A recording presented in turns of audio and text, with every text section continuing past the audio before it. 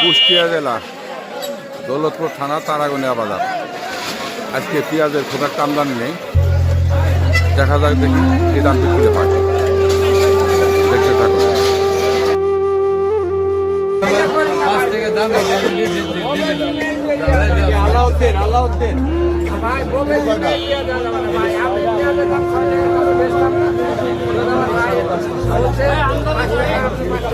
কয় টাকা বিক্রি হলো এটা পেঁয়াজটা? 35 টাকা। এই দেখুন 35 টাকা বিক্রি হলো পেঁয়াজটা। আমারটা বিক্রি হয়েছে 32 টাকা 75 পয়সা। তাহলে চিন্তা করেন কৃষকের অবস্থা কি।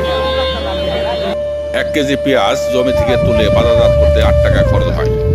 আর 33 শতক জমিতে 60 থেকে 70 মণ পেঁয়াজ হয়। আর আরেকটা জিনিস কি, খরচ হয় 70 থেকে 80 হাজার টাকা। হিসাব আপনাদের কাছে, আপনারা হিসাব করে দেখুন কৃষকের কি থাকে।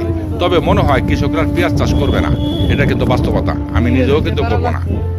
এই দুর্নীতিবাজ উপদেষ্টা আর দুর্নীতিবাজ কর্মকর্তারা এলসি করে কৃষকের সর্বনাশ করে দিয়েছে।